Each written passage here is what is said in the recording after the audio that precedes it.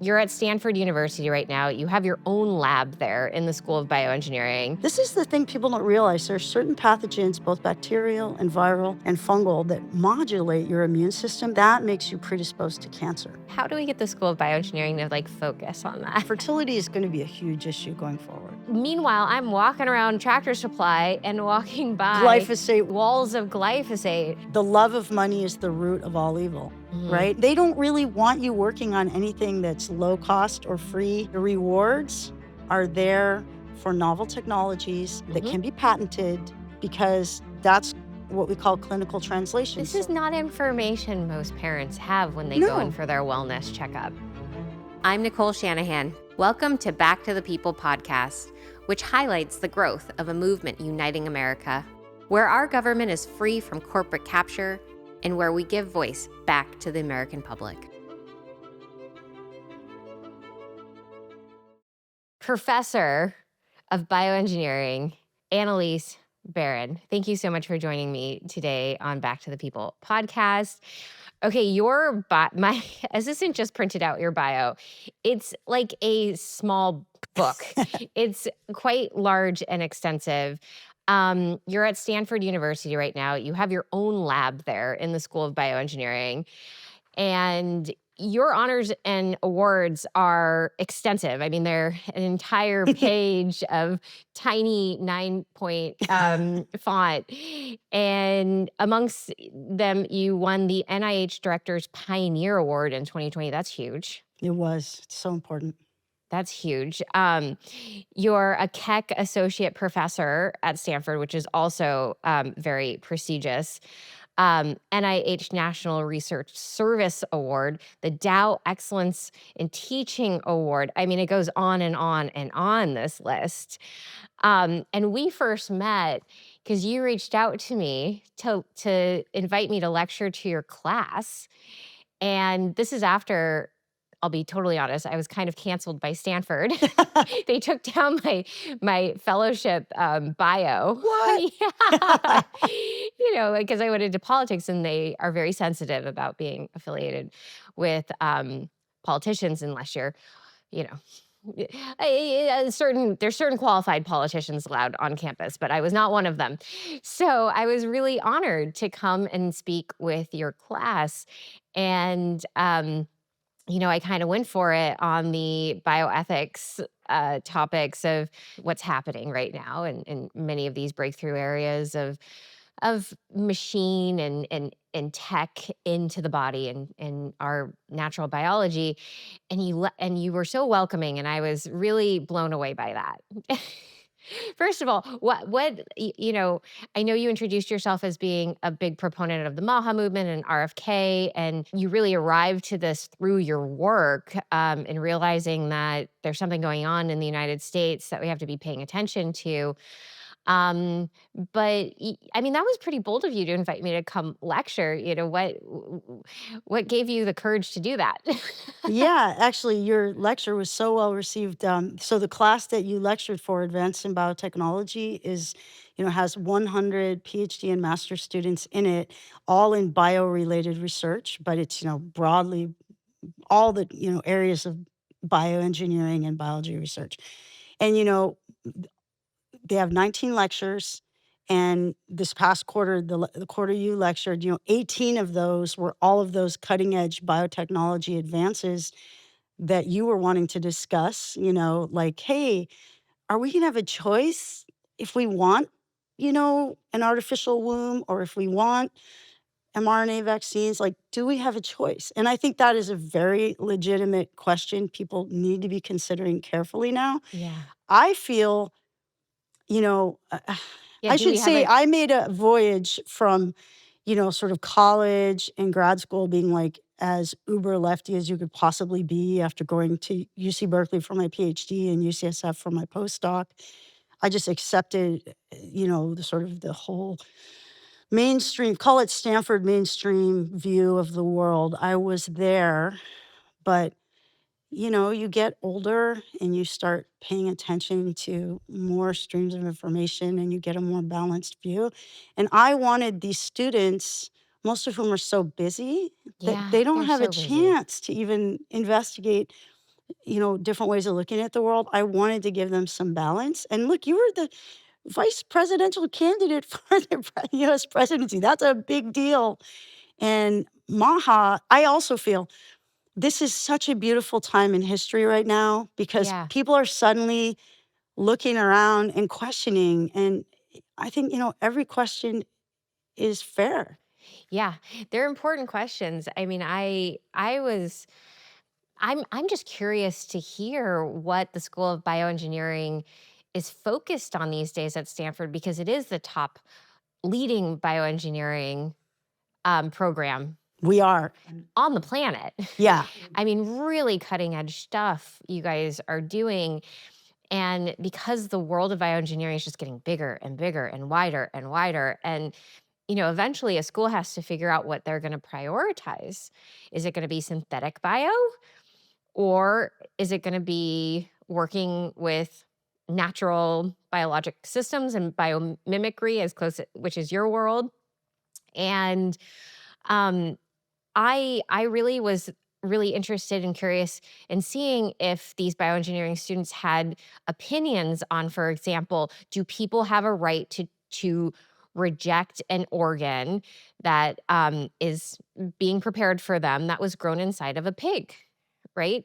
There's a massive organ shortage, and we're hearing these horror stories of people not yet pronounced dead Oh, yeah. having organs harvested. Yes. And meanwhile, I presented on this to your class, but there's these massive companies in China, and there's one here in the United States that are growing organs by the thousands Exactly. So they are, inside of pigs, and human they're organs inside of pigs. right. And the thing I just heard, like maybe 4 or 5 days ago, is some of those companies have just gotten permission to genetically hybridize those pigs or other Yes. animals with human DNA in order to humanize the organs. And I should tell you, this area of research, like utilizing pigs to grow organs for humans, has been under investigation for so long. So I was a professor at Northwestern University for 10 Mhm. years before I came to Stanford.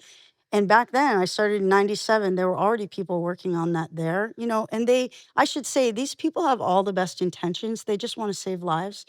And, then I moved to Stanford in 2007, and I should say, the people in my department are so good-hearted, such good people. They Yeah. also they just want to help people, Yeah. and they work so hard. And so I just want to say, like, Stanford is a wonderful university. Yeah. I've been treated so well by them, and I love my colleagues. I've always loved all of my colleagues. We literally get along amazing. One of my colleagues, Mark Schuyler Scott, is actually trying to 3D print a whole human heart, Yeah. just from cells, human cells. They're working on the cutting edge stuff, and I think it will, I'm sure, give Mark Schuyler Scott 5 to 7 years. He got a Mhm. huge ARPA-H award. I mean, he'll do it, Mhm. and it'll Yeah. be a miracle, and things that seem frightening to us now, if it's saving your child's life, like, you won't care if it was 3D printed if it saves your child's life, that kind of thing. So, yeah, I Yeah. agree. There's this gray area, There and is this gray it's area. really a big deal. But if we're throwing out the baby with the bathwater, if we're throwing out organic babies for synthetic babies, right? Yeah. Like that's a conversation that I'm so keen on having because I don't see it happening in those circles. Look, I was I spoke at Sanjay Gupta's CNN health conference where someone came out with a 3D printed organ. And so I've been like very, very close to some of this stuff over the years. I've seen it develop as well. And I've gotten to know the characters behind it a little bit. And they're very, very smart, right? They're smart at executing on a very specific task, like make a viable organ that can be implanted. But that's not a human organ, that's a synthetic Right. And organ, they right? have often tunnel Yeah. vision, so they're not considering the ethics, not always. Yeah, and then you have the bioethics folks who, there's a few at the law school. I sat across from some of those fellows when I was there at Stanford. And by the way, I was so grateful for my time at Stanford, and I wouldn't be the person I was had I not had my fellowship, my residential fellowship there in the law school and the computer science department. And I'm so grateful for that. Um, and it's allowed me to be so close to the world of innovation. Having been there and now kind of come back from it and had a chance to sit and reflect, it makes me worried that we're losing the biomimicry people in favor of the synthetic bio people. Like, where is the regenerative health Right. movement in the School of Bioengineering? So bioengineering, like we have around 30 core faculty and then probably another 25 courtesy faculty. Most of those are focused at the cutting edge of, like you said, synthetic biology. Mike Jewett in our department just got a huge grant yesterday for synthetic biology stuff. So protein engineering. Um, a lot of it's really focused on either very fundamental understanding or very applied, like to treat cancer. But as far as I know, in terms of like, my lab, our goal is to optimize the natural human innate immune system to strengthen your ability to resist the disease process that leads to Alzheimer's and dementia, which we assert is caused by a polymicrobial infection of the gut brain nerve axis. I think you're right. Yeah. So I mean, there Yeah. and we have like new data we haven't published yet that shows that it's very likely at least a bacterial viral co-infection that leads to not only cognitive decline but also at least glioblastoma. We have very strong results showing the same co-infection process that leads to dementia also apparent in 89% of glioblastoma tumors. Hmm. You can see, those pathogens that turn off immunity. This is the thing people don't realize. There are certain pathogens, both bacterial and viral and fungal, that modulate your immune system. They weaken it and turn it down for their own survival, but that makes you predisposed to cancer. Hmm. They turn off interferon signaling, which is your kind of blanket Hmm. kind of kickoff of your immune response. They turn it off because they're smart. Yeah, well, our body's trying to figure out how to deal with the fact that we are in a very unnatural environment Yeah. most of the time, and which makes us more prone to these types of infections which then set off, like what you found, a cascading immunological defense system Yeah. that then creates all kinds of regenerative issues, right? Like, it actually seizes your body's ability to heal itself. Yeah, it will slow down healing and immune defense. And the other thing, let me just say something that's you and I both know being around, shallow alto, right? Like, Shallow alto. Oh, that's a good one. like all of our beloved, brilliant techie and biotechie friends, like they all eat organic. They eat only the best food. They work out. They intermittent fast. They do Oh, everything yeah. natural, and they don't eat. A vast majority of them are really fit and would never, consume simple carbs very often. They're careful. Yep. So they live as if they believe in natural health. And I should say, like, every single time, our bioengineering faculty meetings are every 2 weeks, and one of my colleagues will present kind of a maybe 20-minute vignette of their recent research. And they just blow me away. I mean, it's so beautiful, so brilliant. And I would never want to tell them to stop. Mhm. They're doing academic research and it's extraordinary. Mhm. And again, all the best intentions. And in terms of ethical considerations, that's a very good point you bring up. Within our graduate program, we do require that they take a bioethics course, and that's taught by my colleague Russ Altman. And he's such a wonderful person. I trust his ethics. At the same time, we're in the middle of the fourth turning, as you know, where everything is changing so fast, we can't even keep up with it. Yeah. And then it's kind of, everyone's on this spectrum of tracking what's going on. And so, just look, for example, at the whole COVID, the arc of the whole COVID pandemic and Mhm. response to it. Look how much people's views of what happened have Shifted. changed, but then Yeah. not everyone. Like some people are still defending It's the a original it's a narrative. minority. Which, yeah, The exactly. minority is at heart, in their heart of hearts, is defending the Fauci narrative. But most people in private will fully disclose it was very bad. It was Yeah, horribly executed, and the people that we love simply trusted, Mhm. and paid the price. Oh yeah, big time. We're all paying the price right now, which is why I am very interested in the School of Bioengineering focusing on regenerative Yeah, health versus synthetic, because I don't want a f- I personally, I will not take a heart 3D printed or grown in a pig. no, I I wouldn't, will not either. I will peacefully pass. Me too. I am not a subject in Animal Farm, nor will I ever be. And I'm putting my foot down. And if I'm ever in a hospital where they're like, we need to urgently do a transplant, I'm going to have written Yeah. in my forms, do not implant synthetic organs. Yeah, no, and the thing is, I am the same, and I was saying to your cameraman before, we were talking about friends we have that were recently diagnosed with cancer, Yeah. people we love. And, the question is like, would you take the biopsy? Would you take the radiation? Would you take the chemo, the surgery? Like, I personally wouldn't choose that path, and I don't want anyone to try to make me choose it.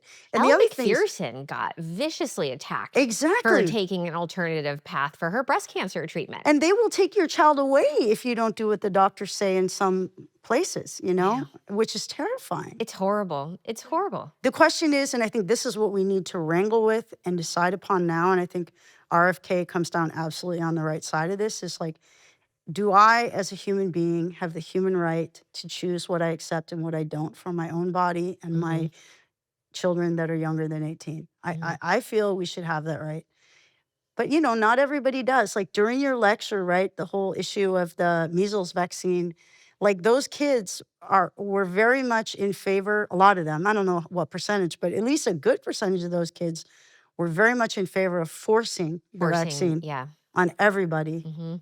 Whereas you and I both know, because we have children that were affected Mhm. when they were little, just had an adverse vaccine reaction, and we certainly came to that issue very trusting. Yeah. But when our children were injured and we saw with our own eyes, like overnight, that's a different child. Well, and your eyes are not just anybody's eyes, Annelise. Your eyes have produced all of these Yeah, and publications. and I teach How many immunology. this is like 200 publications Yeah. at least. So it's not just me, of course, it's like amazing young scientists that I've worked with. Yeah. But yeah, I got interested in immunology, about 2009 is when I got seriously into, especially the innate immune system, which is the aspect of your immune system that causes like a COVID cytokine storm, which is what killed people, right? When their immune systems were dysregulated. So people that were overweight, people that were diabetic, their immune systems were under weaker control. Yep. So when they caught the COVID virus, they would get like a huge overshoot of immune reaction. And that's what killed a lot of people. And of course, Americans are, I think it's 88% metabolically unhealthy. That's insane. That's the statistic. 88% of Americans have metabolic insufficiency. Yeah, they're just, their mitochondria don't function properly. Something like 40 to 45% are pre-diabetic or diabetic, but it starts a lot before that. You and I have riffed a little bit about what we think is causing this metabolic insufficiency. I've traced it to not enough direct sunlight. Certainly. That's a number one. And you don't even need to exercise in the sunlight. You just need it on your skin directly. Yes. So not enough of that. And you can't just fake it through vitamin D supplements. It's Like, not the same. it's not the same. There are studies that show that like real direct sun exposure and on more than just your face and hands, which is what almost nobody gets. Nobody gets it on their abdomen where their organs Right. are. We need it. And red light is really important. We've talked about the Right. importance of red light therapy and near IR, which is heat. Yeah. So my lab has actually studied the effect of red near IR light in collaboration with Mehrdad Shamlou at Stanford. And we showed that it directly protects you from neuroinflammatory effects of infection. And what we're seeing is that it's those neuroinflammatory effects of infection, which is your innate immune response, that leads to loss of cognition. But that red light, it's mimicking what? It's mimicking time in the sun. Yes, exactly. Yeah. And so where we have such severe deficiencies, we can try to lay out in the sun every day for 2 weeks in a row, which I recommend doing. See how you feel. Your metabolism and metabolic health will improve significantly, I promise. But when you can't do that, there's other alternatives. And this is why I'm excited about photobiomodulation as what I would like to see at schools of engineering. I'd like to see ways of accessing mitochondrial support that is not so catastrophic and poisonous, and replacing human systems with synthetic systems. And I don't think I'm asking for too much. It's No. hard to find, I'm telling you. It's Well- actually very hard to find this, to fund. It is, and the thing I would also say, like, I believe, speaking about laying out in the sun, so I was explaining to Zach and your crew that I've been carnivore, mostly carnivore for 5.5 years, so since January 2020.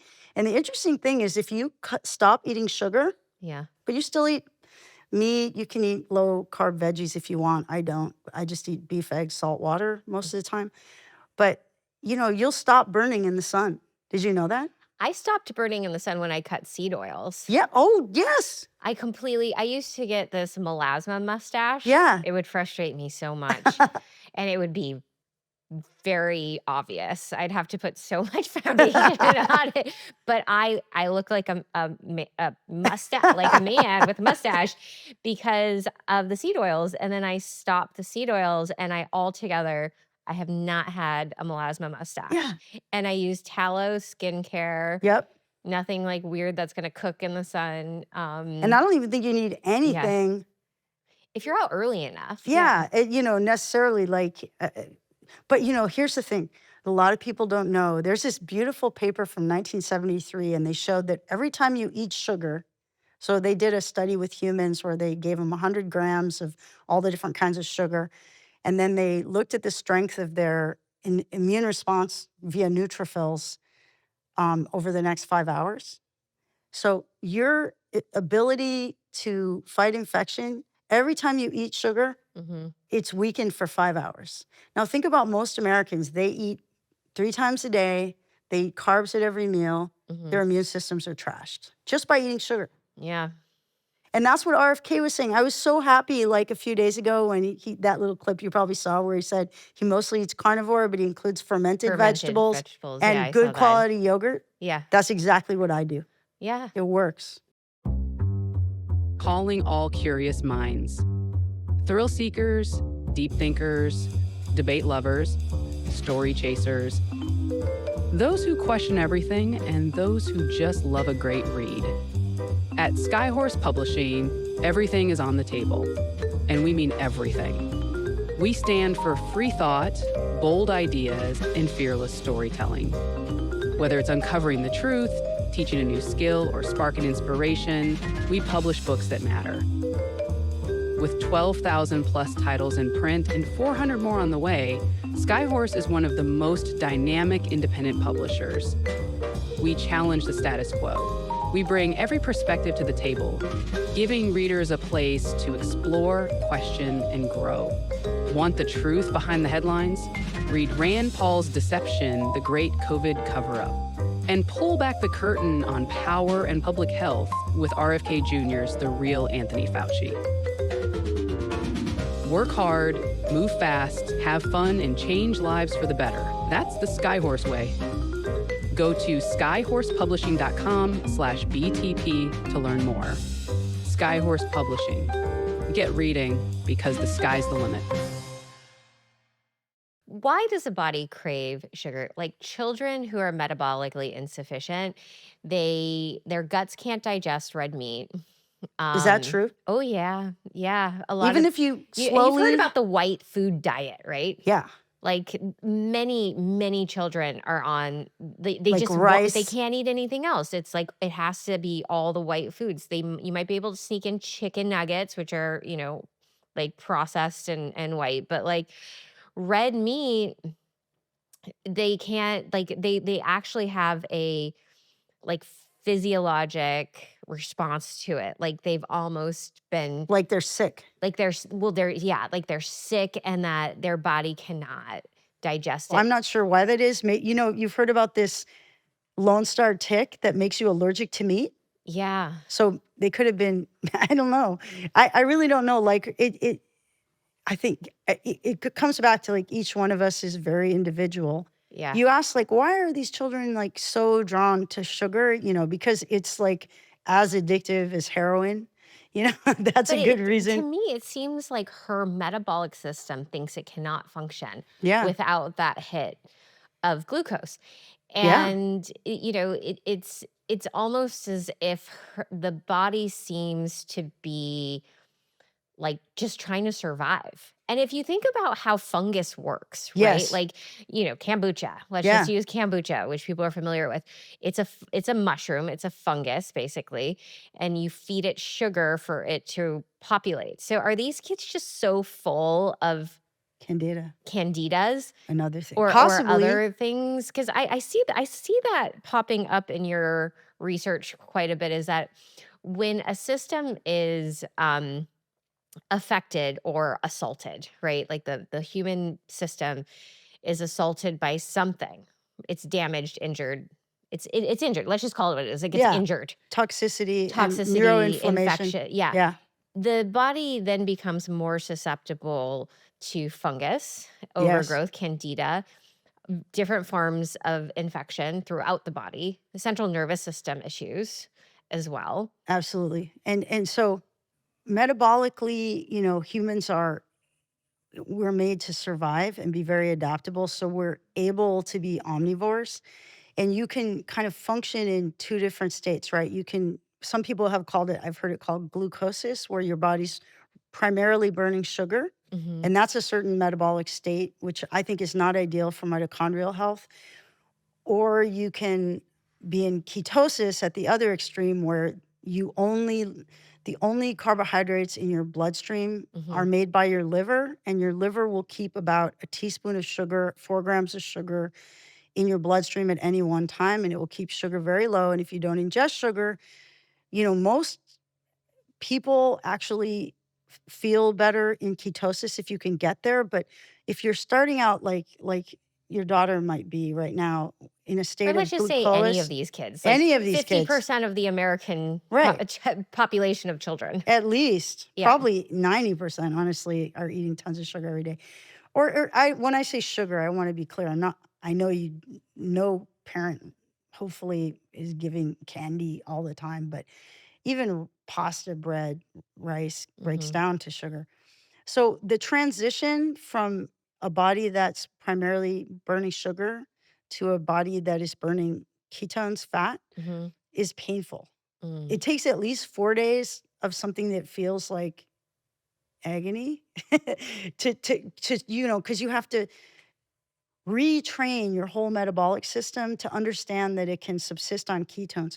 I want to raise a really exciting new development in medicine, which is the work of Dr. Christopher Palmer and Georgia Ede. Oh, and there's a Stanford professor, I forget her name right now, but she also has done amazing work in using the state of ketosis to treat mental illness, so-called mental illness, Mhm, I've right? heard about this. Which, Yeah, bipolar. yeah, so the way you Yeah. and I grew up, when we thought of someone with mental illness, which, Mhm. by the way, while we were growing up was way more rare than it is now, right?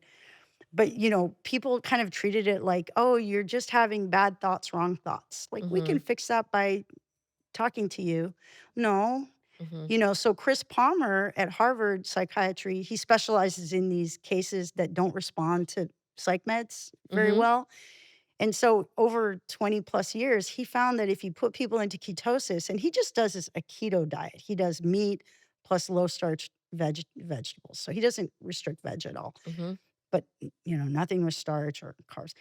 Like he can cure these people of anxiety, major depression, bipolar disorder, even in some rare cases, schizophrenia. Mhm. You know, these people can become normal, and that's extraordinary. Yes.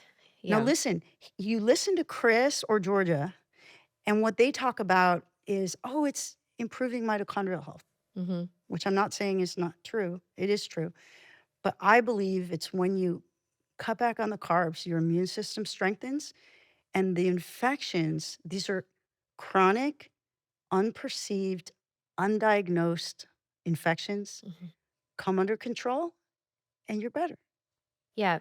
Your body has a chance to regenerate when the infections subside and when there's resources to fight the infections versus processing the sugars. Right. So remember, every time you ingest carbs, your immune system gets weaker for about 5 hours. Yeah, because it's working on flushing out the sugar Yeah, or somehow, processing the sugar. yeah, it has an effect on white blood cells. The studies that I've seen are on the ability of neutrophils Yeah. to basically eat pathogens. Yeah. It's called phagocytosis. So it was shown back in 1973 that they become ineffective at that while your body's dealing with the sugar. But a Exactly healthy why? person processes sugar differently than a metabolically unhealthy person. So you give sugar to a metabolically healthy, strong person. And they clear it quickly. They clear it quickly. It doesn't result in any weird side effects. Well, I mean, my personal belief is that, once in a while would be fine, but over time, like the way I grew up, my family's from Wisconsin. It was all mac and cheese and I ate so much scalloped sugar potatoes and growing up. ham, and Yeah. like I was eating muffins and cookies and bagels and all these terrible things. Your system, it's But like they a rubber didn't band. used to You be can only terrible. stretch it so Our many times. civilization has been consuming carbs for a long time, but people were just metabolically more resilient, right? When you're metabolically resilient and you have good produce, it's fine. Well, yeah, you're right. But then, and you and I both know, Hmm. like, what changed kind of exactly. I'm not sure, probably late 80s. We got seed oils, we got brominated flour, we got, just all kinds of preservatives that fall under that generally recognized as safe label. Those all have their deleterious effects. But it's not just all diet, it has to be other things too. We got artificial light, Yep, a lot more artificial light. We got a lot more electromagnetic yep. pollution, tons. Progressively more and more and more. Yeah, and less time outside. So, Yep. like, look, I know people out there who are just like, I will not give up my chocolate chip cookie, No, they won't. right? Yeah. Like, I will not give up my occasional tart. I Good. love a good tart. Well, you see, and I agree, like, you don't have to give those things up completely. It's more sort of like treating them as special. Of course, and we can treat them as special, but we can also do things to make ourselves more metabolically resilient that makes it less disastrous when we do consume pizza, right? And again, you and I both know that there are countless anecdotal stories of people that go travel in Europe and eat pizza and pasta in Italy and, the croissants in Paris, and they don't gain weight. I mean, I don't know who those people are. I'm not one of them. Well, I mean, that people claim to actually go there and eat Yeah. eat their more stringently controlled Yeah. flour-based products and lose weight. Yeah. Yeah, it's true. I mean, certainly the quality of flour is much better there. I walked into a Tractor Supply the other day. I had to get some stuff, and I should have taken a picture, but I walked by gallon jugs of no brand, but it just said glyphosate, like some percent. And it was like a white jug and it said glyphosate. And it was like hundreds of these bottles. Yeah. And I walked by it and I was like, oh my God. Like, I know, and and this is people in California. This is like this is not like I know. in the middle of a farming county in Idaho. Like this is near Santa Barbara. I know, and billions of pounds of it sprayed all throughout the United States and Canada, you know, daily.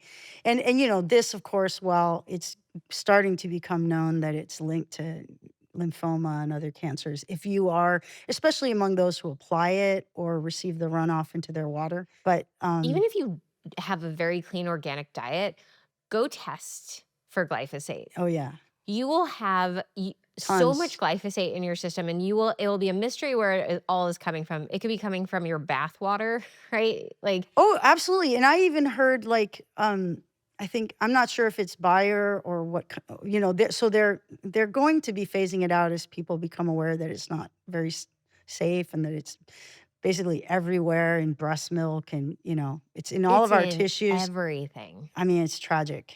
Like, And you can't avoid it. but you know what? They're now proposing to replace it, I think, with something called paraquat, which is like way worse. It's way So worse. we'll end up having to go through the same thing where people get sick and then we have to fight it and then it takes another 10 years or whatever. It's just we can't allow that. We just need clean soil, clean water, clean air. Otherwise our lives are shortened, and it's tragic. Our lives are shortened, they're miserable, and we're gonna end up an animal farm. I mean, that's how I see it. It's a very clear trajectory. We're already there. I mean, the desperation for organ donors is through the roof. Because a lot of people are sick. Yeah. Yeah, and it's livers They want and kidneys kidneys, and livers, which is which is our detoxification right, organs. exactly. Like, they're spent. They cannot detoxify anymore. Right.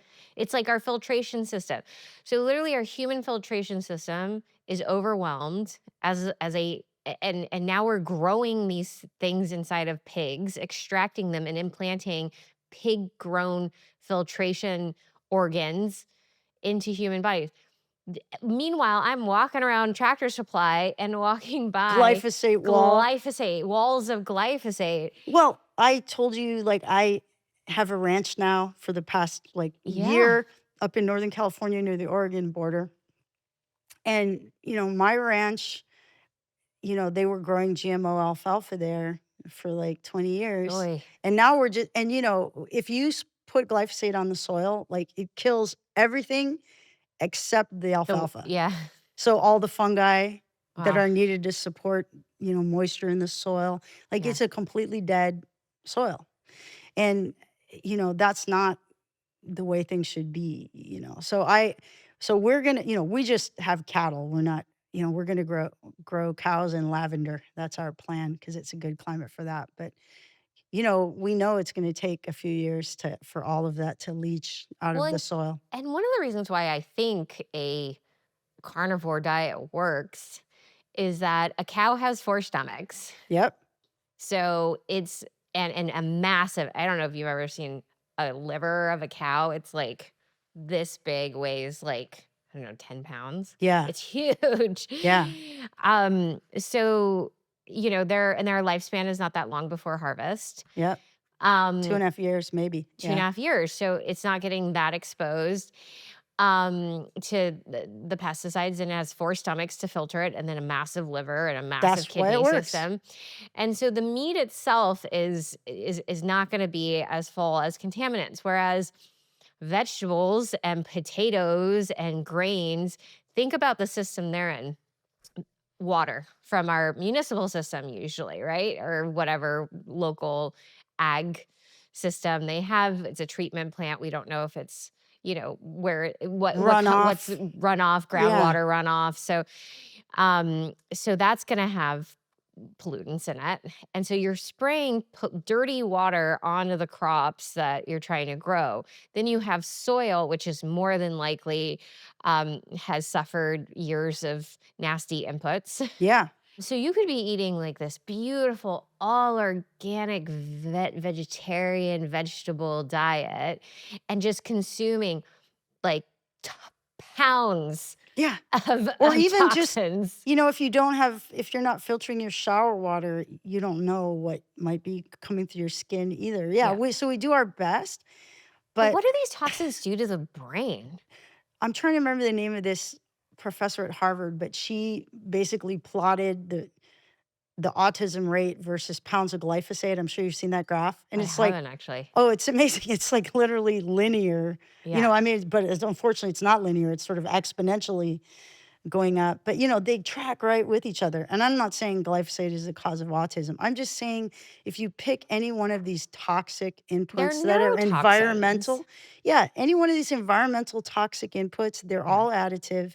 And each individual person, based on their genetic uniqueness, Mhm. has differing levels of abilities to detoxify. So, speaking of RFK, like, why was I generally supportive of and admiring of RFK Jr. like you were?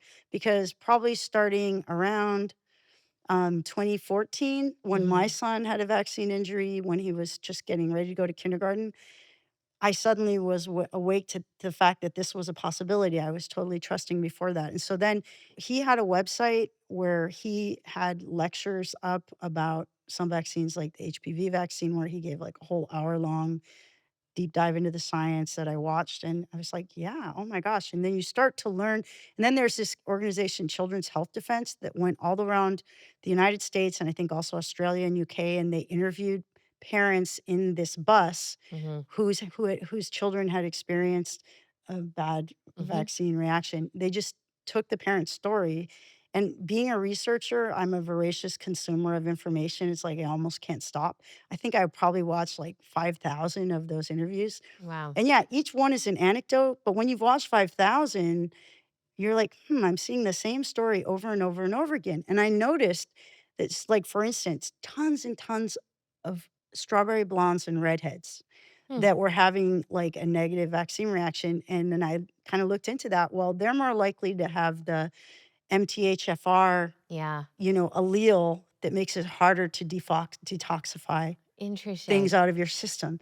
And so, it's just like a genetic group that doesn't have as strong a detox. My Irish side is Yes, all redheads and exactly. blondes, yeah. This is probably what happened. Yeah. There's a unique susceptibility, but they don't test for it.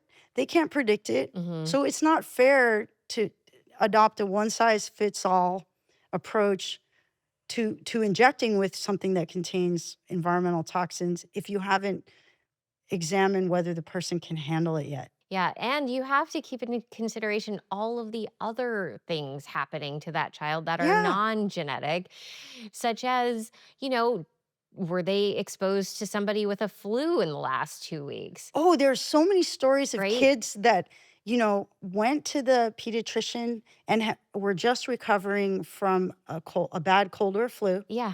And that among those 5,000 stories, that really correlated for some kids with having a very severe reaction.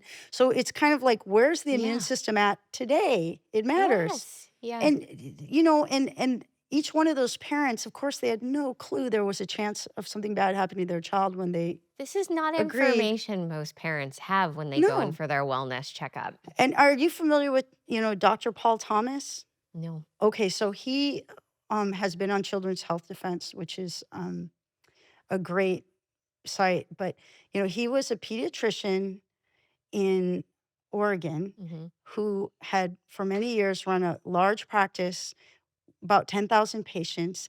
And his general personal viewpoint was that parents should be able to choose which vaccines and how many vaccines they give.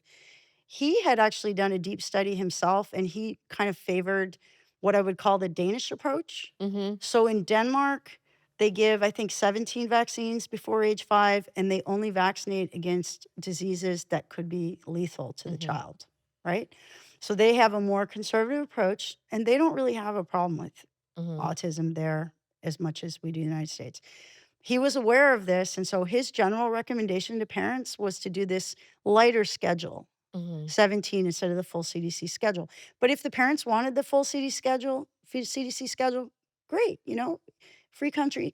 If the parents wanted zero, because Oregon is full of hippies, right? Mhm. So some hippies come in and they're like, no, my child's going to be pure. Yeah. Oh, he'd be like, okay, sure. Yeah. So what he did then is he did an analysis of thousands of children born into his practice, and he looked just at what were they diagnosed with before age 5, and what did they come in for doctor's visits for?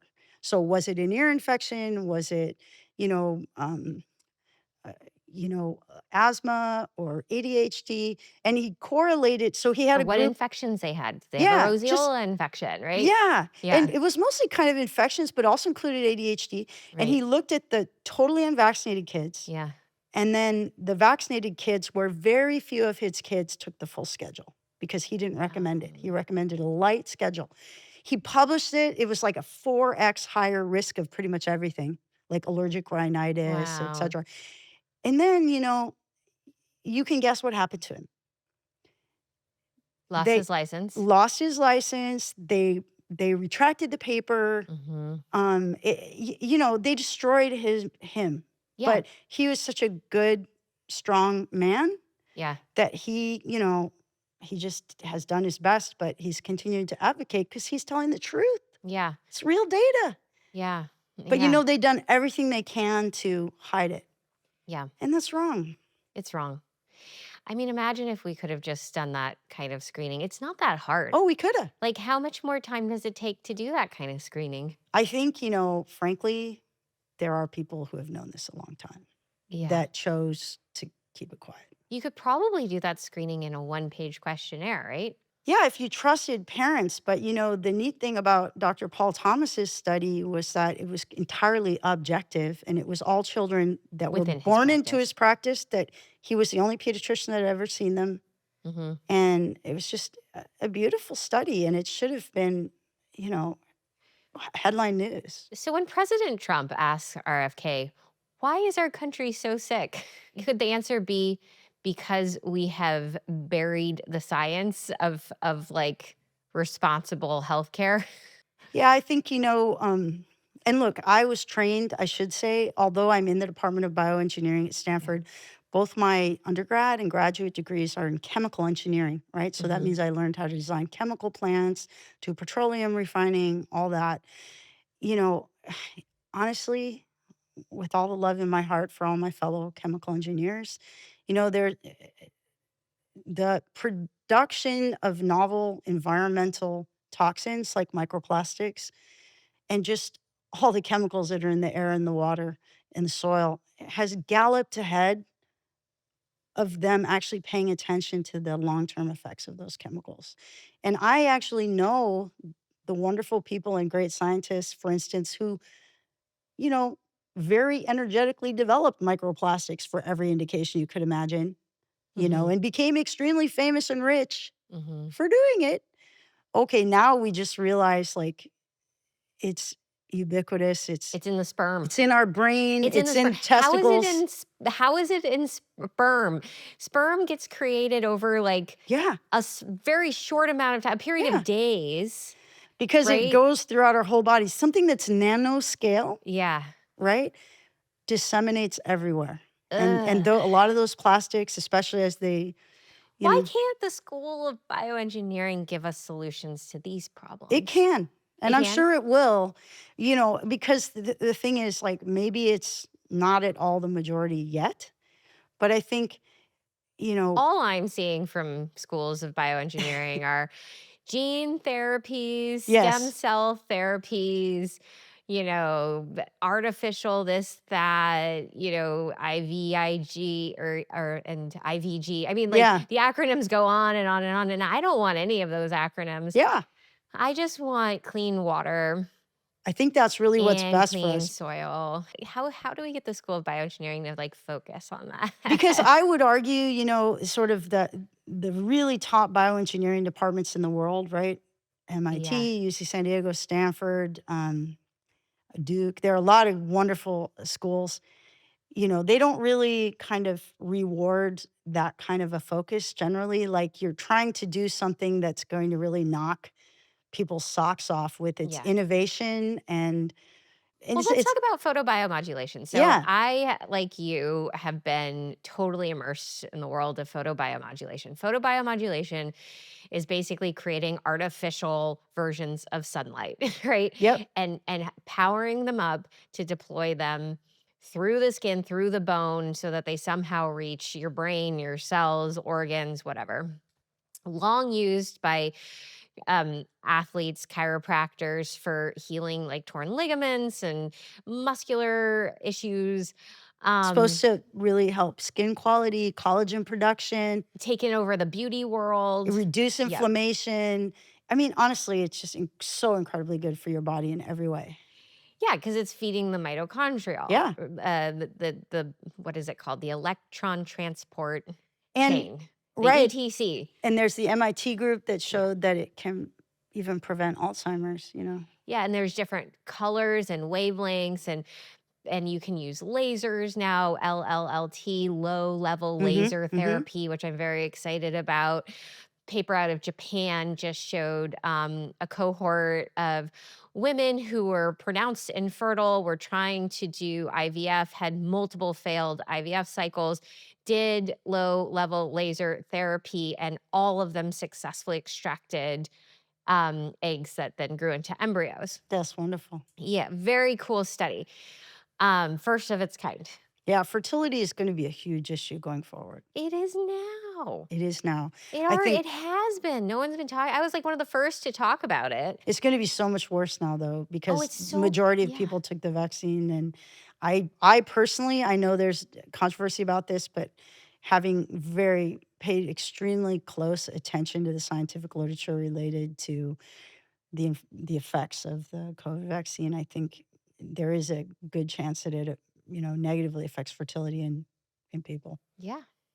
And so it's going to get harder for people to get pregnant. And other natural Mhm. approaches that don't add any additional toxicity are going to be important in the future. And Yeah. light therapy is one of those that helps. I mean, Light that's therapy is wonderful. really exciting. Like, Yeah, because it's totally it's positive. It doesn't do anything negative. and there's so many different ways to create these handheld devices too. So, like, the innovation potential for light therapy is exponential in my mind. We're only just scratching the surface of it. Like, when combined with other therapies, what could you potentially accomplish? Ah, enormous. Enormous leaps. And for instance, we published a paper about the use of red near IR therapy. It was a mouse study, but the ability to apply the light, that's not super high tech, right? Yeah. But in the mouse study, we showed the reduction of neuroinflammation and also a neuroprotective effect Hmm. against the kind of inflammation that can happen with infection. But it's like people are only moderately impressed if you haven't done something that was super hard. Like applying the light is not the hard part, right? Hmm. Understanding why it's so beneficial is really the challenge. But um, you're right. I mean, there are some high profile, research groups working on it at MIT, and then our group has done some work there. But we applied for NIH funding for that project like twice, and just not discussed, not discussed. That's the like.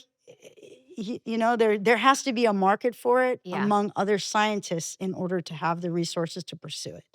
Yeah. If it's not mainstream, if they don't agree it's cool because they don't know much about it, um, or it seems out there, you know, the state of NIH review and Hmm. funding is typically, you have to be like two-thirds done with the research Hmm. to get it funded Hmm. because there has to be enough evidence.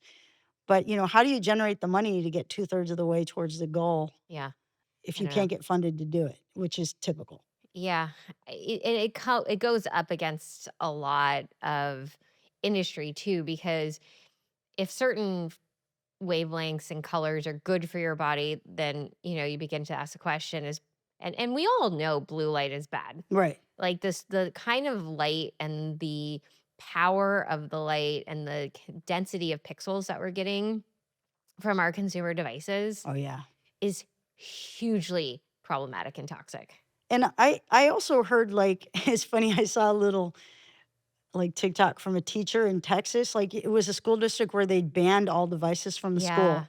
Like, you couldn't have an iPad or a phone in the good. school.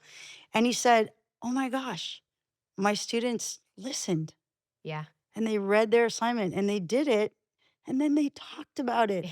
He said, "Was it this easy all the time?" Yeah. Because I know, like, teacher even I, right, teaching PhD students and master students, like, half of them are tuned out. Oh yeah.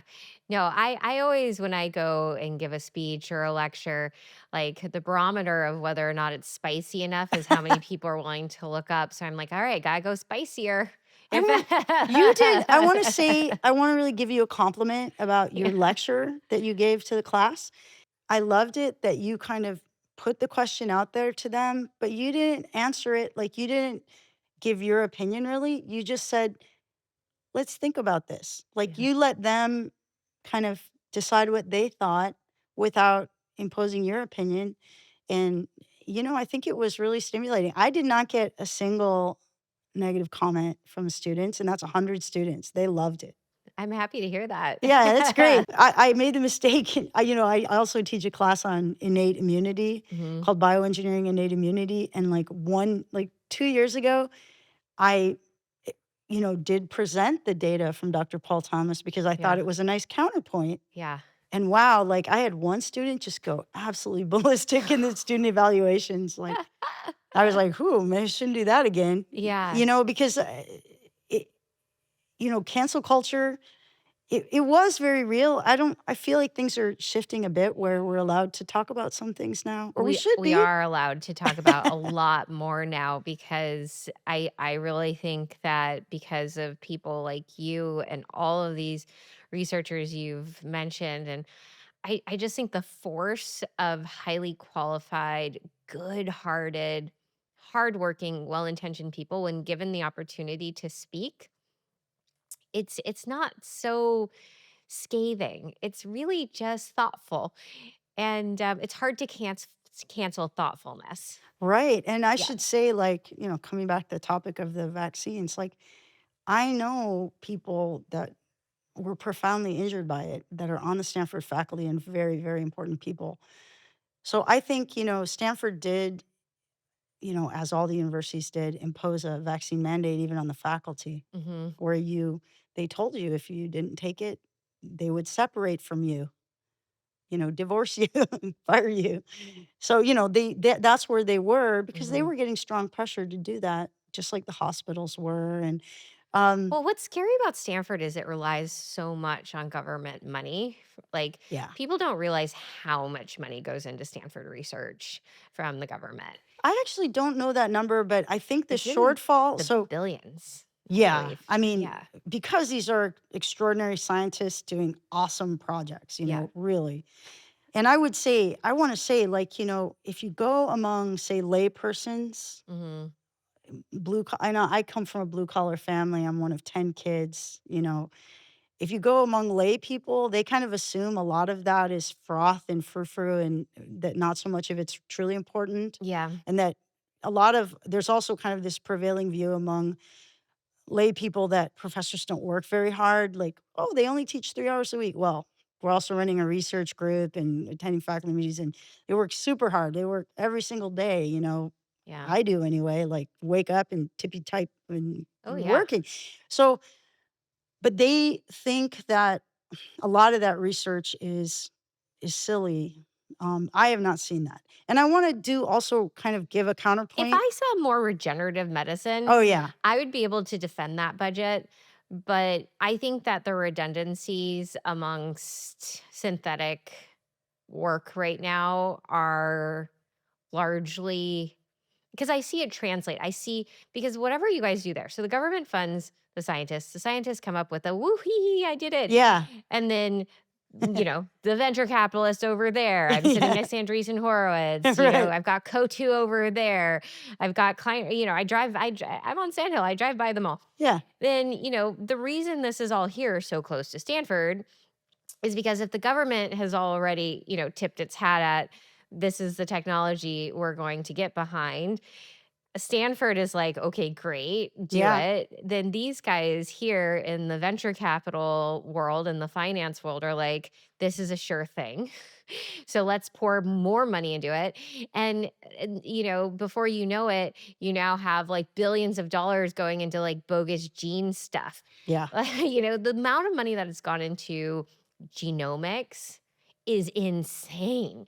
And that's all because the government decided to fund it. Right. So, and let me just say, Yeah. I'm 56 years old, and I am so grateful to be that old and to have watched the entire arc of the Human Genome Research Project, which I was funded by as an assistant professor. And when I won the Presidential Early Career Award for Scientists and Engineers in 1999, it was from the National Human Genome Research Institute, and I was working on DNA sequencing technology. It is incredibly powerful to have that tool and the fact that it's gotten lower cost, But it bled but out all the funding from cellular metabolic it research. did, and it did not yield what they expected or hoped for. Because when they went, in fact, genomics and proteomics, like I know a company that came out of Stanford where they were like worked incredibly hard to find a proteomic signature of this kind of cancer, that kind of cancer, diabetes, Alzheimer's. So they were just looking like, what's different? And then they found like for everybody, it was inflammation. Like there was nothing really specific. And so the number of You're like, actual, and inflammation is like, oh, they have an immune system. yeah. So, and and I teach this in my class, like, what is the pharmaceutical approach to runaway inflammation, whether it's in the gut or the skin, like say plaque psoriasis, say atopic dermatitis, say Crohn's disease, inflammatory bowel disease, these other inflammatory, how do we treat that?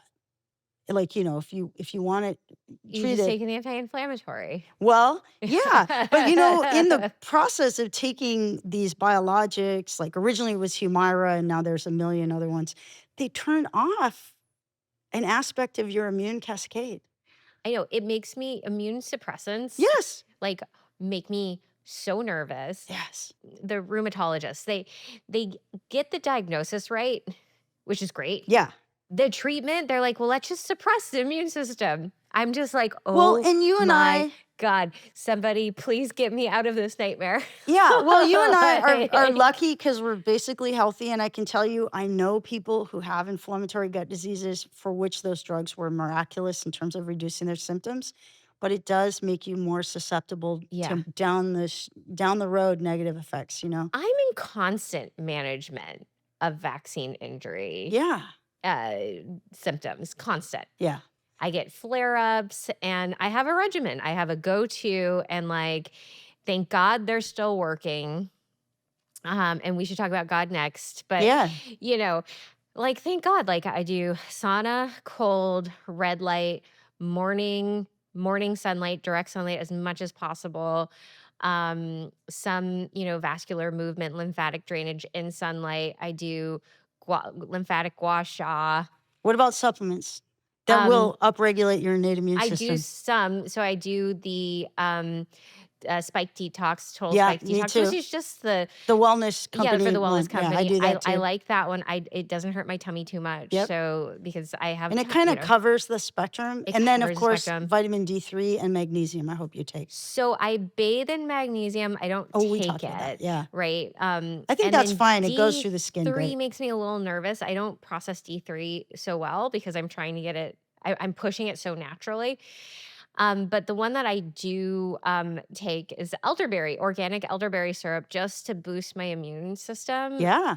And then I have, Zinc? interestingly, I sometimes take some zinc, but not regularly. I have a calamansi tree. What's that?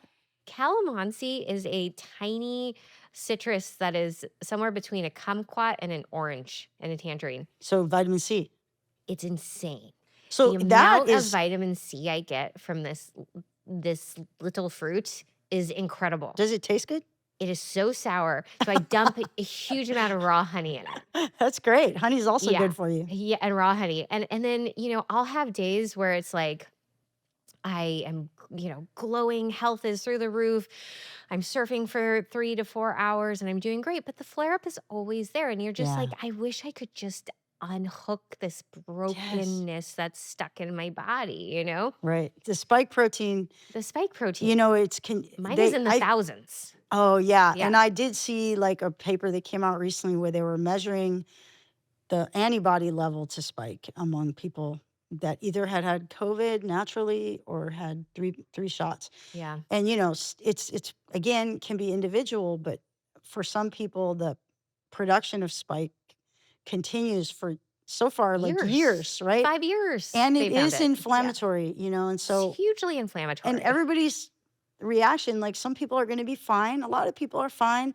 A lot of people are not fine. And the heart is the one that's the scariest because regenerating heart tissue, Oh, yeah. you can't really do it, right? Right, right. And the people that had myocarditis, the kind of mainstream medical line was initially, well, it's mild and they recover. And hopefully, yes. But again, was it their right to impose myocarditis? No, it was nobody's right, and certainly it wasn't On informed. themselves, sure. It wasn't informed, No, it really you was not know? informed. And then, of course, it came out recently that um, I think the CDC knew about it a lot earlier Yeah. than they made an announcement, which was Oh, also they knew not now. right. I mean, enough reports have come out from very credible sources that if you're not paying attention to it, then, you know, Well, and this is what it's they've a done. They've yeah. broken, even among those who like know this world of Mhm. academic medicine and, NIH, CDC, they broke our trust. Mhm. Oh, And that's completely. tragic. That's so tragic because the people working in the field, Mhm. really put their heart and soul into it with all the best intentions, and we're all harmed by that. And I wanted to say one other thing. You know, if I had to express the state, like how people are feeling in the bioengineering department, given the big shakeup at the NIH, and they're terrified. Their world is totally rocked by this level of instability in how the NIH is run. And I love Jay Bhattacharya. I'm not criticizing him or RFK Jr. at all, because I personally believe this was a revolution that needed to happen, Mhm. but it is really hitting people hard. Just Yeah. just emotionally, it's like the NIH is what we all funded our research labs with in the biomedical research space, and if the NIH doesn't feel predictable, Mhm. is terrifying. Yeah, but again, we're sicker than ever, Yeah. and where is bioengineering to help us be healthier, right? Like if I saw more shifts on regenerative health from the School of Bioengineering and things that really did contribute to root Well, this is the causes. thing. You and I, Mhm. maybe transitioning to the God topic, Yeah.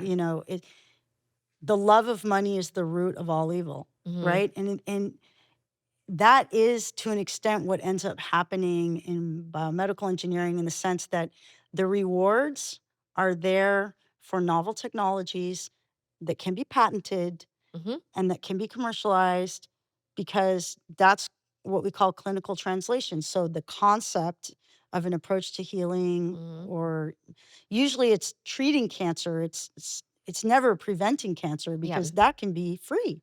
And they don't really want you working on anything that's low cost or free. No. That doesn't get funded most of the time And that's a because it's problem. not sexy. But that's exactly what the government should be funding is the public good Yes, stuff. things that are cheap. Right? I'm sitting around, in this square mile, there are probably about 50 billionaires. Yeah. They can fund Because that stuff, Well, you let know? me raise I wanna raise Yeah. another exciting thing, okay? But just to, like, give some balance back to the vaccine topic. So, and I was talking with your crew about this before you came. So you cannot say that every vaccine is good or every vaccine is bad. And every vaccine is an individual treatment. And there is a vaccine that you generally can't get in the United States, which is called BCG, or Bacille Calmette Guerin is the name of the vaccine, but it's a vaccine against mycobacteria that cause tuberculosis. It's 111 years old. And, it was shown in epidemiological and also some interventional studies, um, in Israel and Denmark and the Netherlands, and then Harvard, showing that that vaccine is strongly protective against Alzheimer's and Parkinson's. So it reduces the Mm, odds of Alzheimer's by 58% mhm, and of Parkinson's, I think, by 28%. And once those things were published, like, we were doing research with that vaccine because I strongly believe in its potential to upregulate the immune system. It costs 14 cents a shot. mhm, Can't get it in the US. And as soon as those papers came out, I could no longer obtain the vaccine to do research. They mhm. literally, somehow it mysteriously became unavailable. That's creepy. And we can't, they use it, it's FDA approved to treat bladder cancer. Yeah. And that was the context in which they were able to show it prevented the Mhm. development of dementia over the next 8 to 10 years. But think about it this way, they're actually shooting that vaccine up the urethra into the bladder, and it works in that context. If you were actually injecting it, it would, into the bloodstream, it would probably be way more effective than it is putting it into the bladder, because the bladder is literally made of biological rubber. Is Almost calling nothing it gets a to it. vaccine appropriate? This almost sounds like It a is a treatment. vaccine. It's a vaccine. Actually, the word vaccine comes from this vaccine because they discovered, it's such a wonderful story. In the early, I think it's like late 1800s, early 1900s, they discovered that milkmaids, Mhm. never got tuberculosis. So Mhm. that was how it all started. And they're like. So then they figured out there was a bacteria on the cow's udder that was very similar to the bacteria that causes tuberculosis in humans. So they used that vaccine, that organism, to create a vaccine. And the way they created the vaccine is they passaged it through 14 different kinds of animals. Every time you passage it through another species, it gets weaker. So Mhm. that attenuates the pathogenicity of this bacterium called mycobacteria. And then they used that as a live vaccine. And honestly, it turned out to be And not they injected it? the way we deliver to humans is called intradermal. So it goes Mhm. between the epidermis and the endodermis, and they make a blister of the fluid, and then you're supposed to leave it alone for 6 weeks, and it crusts over and turns into a scab. And it's been shown that the bigger the scab, the more protective it is. That vaccine is only, I think, like 57% protective against tuberculosis. But the weird thing is, with repeated injections, Mhm. it can, over the course of years, it can cure multiple sclerosis. It's protective against cancer. Yeah. If you had it, and it lasts 12 years and it costs 14 cents. We should make a book of a catalog of all of these treatments or Yeah. or vaccines or whatever that actually work that are that our government has silenced. Because, Yeah. like, I think there's a lot of value in that. And to go back to President Trump's question, why is our nation so sick? It's because we've quashed all of the real health science. Everything that was cheap or free Yes. gets carefully kept quiet, which is okay. You can always exercise more, get more sunlight, eat right. And so those things But if are you're quote unquote intentionally cheap or keeping free. people sick and Yeah. ruining the lives of our nation's top scientists. Right. I have 3 kids. You and I both know what a normal pediatrician appointment is like. Yeah. Hi, kid looks great. Here's 7 shots. Yeah. And you're like, and you know how you feel when they like hold your kid down and I, and like I have a son who's 14 and Yeah. he was the one that had the adverse reaction at age 5, but he got better. But I remember just what a horrible experience that was watching him get injected. He had most of them. I only stopped when he'd had to back. Oh, Yeah. and I wanted to say one cool thing about Dr. Paul Thomas, Mhm. which I really agree with. What he always advised parents is as soon as your child has a negative reaction, Mhm. whether it's behavioral or a rash or high fever, stop. Yes. Never another.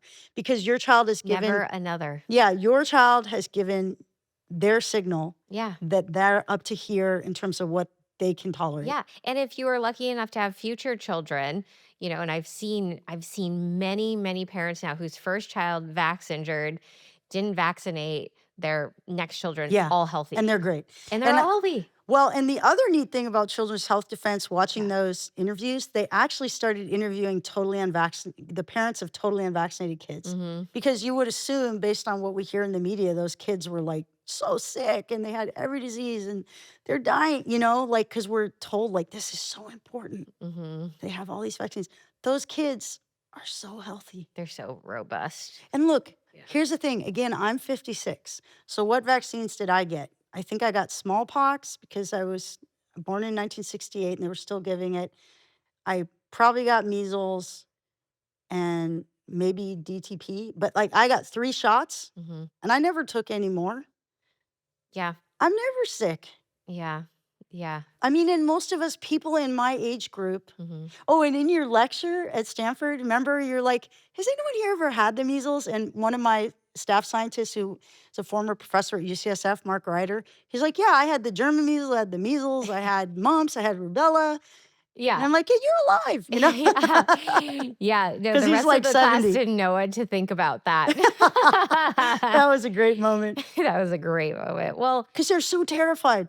can we finish on the topic of faith? And you have a sticker on your laptop that it was I think it says Jesus is the way, the truth, and the life. yes, Yes, yes. yes. And I saw it and I walked in and I was like, whoa. You had some Bitcoin stickers too, but then I was like, this is awesome. I'm in the right place. Great. So how do you balance your theology, your faith with bioengineering, which is really about creating humans, in different ways? And how do you juxtapose those? Like what? Well, okay. So I was raised Episcopal and I Mm, always believed in God up until like 2004. I read those two books, the one by Christopher Hitchens called God Is Not Great. I don't know if you've ever read it. And then there's one by Richard Dawkins called The God Delusion. And I read those two books back to back and became an atheist for a while, very obnoxiously so, I should say. And then and then I just kind of set it aside. And then I found like in a couple of years, my faith just came back of its own accord, but more strongly. And I was more sure. And then I lost someone super close to me in a very shocking way to suicide 2.5 years ago. mm, And because he had killed himself, I suddenly became super anxious. Like, is he in hell? Because this is what you vaguely hear. Like, if you kill yourself, mhm, this is a cardinal sin. And I know the Catholic Church sometimes has taught that, you know, if you kill yourself, that's it. And so I just was curious about that topic. So I started researching it and like reading the Bible. And I just, had an incredible revival of my own faith based on thinking about that question. mhm, And then I started to, on YouTube, there's tons of people's personal testimonials about their own faith and things they've overcome, that by all rights should have killed them. mhm. But and what's astonishing is like from one moment to the next, if you ask for help in a sincere Healing. When way, you ask for healing, you ask for healing, yeah, it in full can be faith. given. And whether it's an addiction Mhm, or a disease or, a, a habit you're not happy with, like I am just 100% certain that God is real and that he does love each one of us. mhm. Um, and all he wants from us is to be in closer relationship with him. And I think it's extraordinary how that can help your personal happiness if you find it. Like I heard you were interviewed and you talked about how you kind of went from mostly secular growing up to then Jewish for a while Mhm. and then you became Christian and basically came to Jesus and that, that's been an extraordinary journey for you. No, the healing I have found uh, in full faith of Jesus as Savior. You can't get to that kind of healing through any other bioengineered mechanism. I believe that. And I think if you look at the tenets of the New Testament, what Jesus taught, right? He said, "Love your God with all your heart and mind. Love your neighbor as Hmm. yourself," and that's pretty much it. If you can do those two things, you're doing well. That's Yep. what he asks. But that's an endeavor every single day It to be is good at that. it is a daily sometimes hourly. It's the track is there. It's so easy to fall off that track of faith. It's so easy to get distracted. It's so easy when things are going good to be just full up on the hubris of it all. You have to remember to like. That's why I think you hear a lot how people that have a gratitude practice, Mhm. how profoundly that positively affects their life. And Gratitude practice without God and without Christ to me though was very like gratitude. It would like lift me up and then it would kind of evaporate. it doesn't It last. doesn't last. It evaporates because it doesn't have Oh, anything holding it. right. And then Yeah. this the other thing we should talk about, which is fascinating, is the whole new age thing. which Oof, I totally got into for a while. girl, me too. I mean, it Oh was my God. fascinating. I had I so just much cleared fun my with it. house of idols. Me too. Holy I had all these, cow. I should say, like, I had all these crystals and Oh, little Buddha heads and how all is it this stuff. possible that one household would have over 100 dream catchers? Oh, I yeah. had over 100 dream I had 2 catchers. dream catchers. I did the same thing. Yes. This was only like 5 months ago because I Yeah. loved them. They were so beautiful. They were so beautiful. And it hurt me to throw them all away, but I did. Oh, I mean, I had probably every single statue of every single Hindu god lying Yes, because around they're in my beautiful. yoga stations and my new agey Oh crystals, my chakra gosh. stations, and I picked them all up. And I was told by my pastor, she said, "You can't sell them. You can't give them to You can't give people. them to give people Yeah, trash." it's so sad It was so sad. I mean, because it's gorgeous artwork. Have you ever gone down the YouTube it is rabbit gorgeous. hole called New Age to Jesus? Oh my God, they're No. so much fun. Just start. It's almost all women, Okay. mostly women, and Yeah. it's just such a it's like a honey trap in a way, my like gosh. because they're Yeah. it's all positive and feel good, Oh, and you empowering. Yeah. you can be spiritually complete, and you can make Yeah. yourself ascend, but it's all you. It's you plus these things, Yeah, right? stuff. Plus Ganesh, that represents Yeah, remover of obstacles. Plus, oh gosh, I had so many of these things, oh but yeah, plus that crystal that clears that chakra and that energy. yeah. And plus that tarot card deck. I mean, I Yes, had tarot card you decks. had tarot decks. Oh, I had, well, they but you know weren't what? even called tarot cards. They were just called decks because Yeah, the new age world now just calls them, and this deck and that deck and this kind of deck and that summoning deck. And they're also like cute. yeah. And here's the thing: I went through a So, yoga phase, right? Like we yeah, all have, yeah, and I loved it. yeah, But that also is a spiritual practice, and so you have to decide yeah, what kind of spiritual practice you want to do. yeah, yeah. And glory to God. Yes.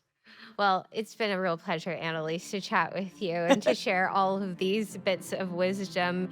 Thank you for sharing with me and our listeners. And yeah, I hope we connect again. Yeah, you're Yeah. welcome. Thank you. Thank you.